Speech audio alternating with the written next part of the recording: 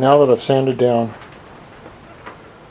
my first coat of spot putty right here, I'm going to put on a second coat. Now this looks highly acceptable. It's not.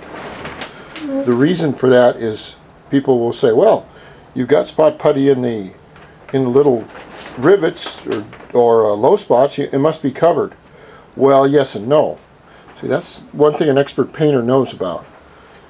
Once both this plastic right here and this spot putty have different viscosities or hardness, the sandpaper as it's going across will tend to take out the lowest, the easiest to take out. If this were steel and this were putty, the putty would always go first. So what you want to do is you want to put a skim coat, a real light coat, right over the top here, very lightly. You don't want to build a whole nother layer, but you want to build a really light coat over this. My little windscreen's going crazy over here. And over this. And then just very lightly go over it with the sandpaper and have it all blend into each other instead of being a bunch of little spots. Now here we have, you can feel that this is partially filled, and I'll put a skim coat right over here all the way over. And here, if you look, this area right here with you say to yourself, well, that's a low spot. No, it's actually a high spot. But here's another interesting thing to look at right here. If you'll notice, this is where the scratch marks were. You can see where I've taken my sandpaper and gone all the way over the silver enamel. But you can see the low spots. You can see the scratch marks right here and here, and these are all low spots. But you can barely feel them, but they're there, and they will show up in the paint. Now, one thing I forgot to say about doing your blocking with the silver paint here, okay, is after you block your area with this paint, whatever color you use, make sure you get the majority of it off the panel, because once you go to respray another set of primer and you'll go to reblock it again, once you go through that first set of primer, you may hit your first set of blocking, and you can't tell if that's the coat you want to go through or not. So you want to start out with a virgin spot, and you can see where this area right here, that's a scratch right there, and you can barely see it, okay, but all that silver paint in there is showing that that's a low spot.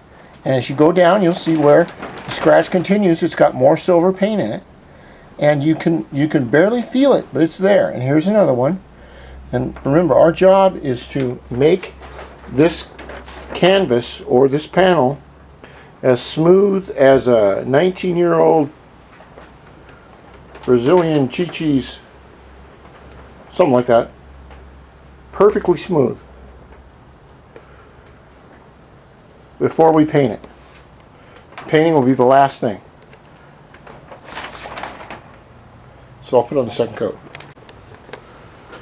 Now the next step is to use a fine line tape, and the fine line comes in all different widths, but this is what they use to do either pinstripes or very fine lines on cars, where they usually use like they'll use 1, 2, and say like 3 lines, and they'll pull the center one. And what I'm going to do is I'm going to mask off the outside edges of this very important gyro sticker, and I'll do the same with this one up here. This one has a gouge right here. This gouge will be taken out after I get all of this painted black. I'll call that my base coat.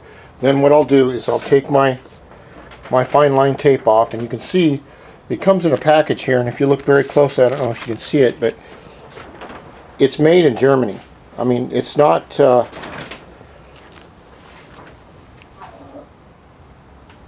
it's really high performance stuff. I'll go all the way around the outline here, and then I'll probably use a white tape over that if I'm sure it won't hurt this. Now all these gouges and everything will have to be taken out. What I will do there is I will put spot putty in there, and then I will hand paint all these letters again, and I'll show you how to do that. It's time consuming, but there's a technique for it. How to use your hands, how to brace your hands while you're painting, and what to look for and everything else. But I have to do that in order to save the stickers, and I really want to save them because they're just simply not available. I can't take them off. I can't take a picture of them at this curvature and have them fixed. So I'll put all the way outline around this. All this white will stay right here, everything. And then thank God that this white in this S, that's the real problem, is that white. The red, I'll have a little bit of problem down here. I'll have to cut out a small area right in that S, but I'm gonna restore this back to the way it was. And if I take my time and I'm careful with it, then it's gonna work just fine. So I'm gonna this will probably be the last video on this for a while, until I can get everything where I want it. But it's going to look really nice. I know it. I know it. As long as you use the right equipment, you know what you're doing, and you practice and you have a little faith. All you need is a little faith. And just remember that everybody started at the bottom. Everybody. Even Michelangelo. Even Leonardo da Vinci.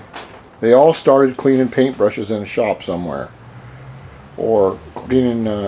or something with a broom, and then they became masters. So follow with me and learn as much as you can, and I hope this helps some people out there. My windbreak's having a real problem. Alright, great.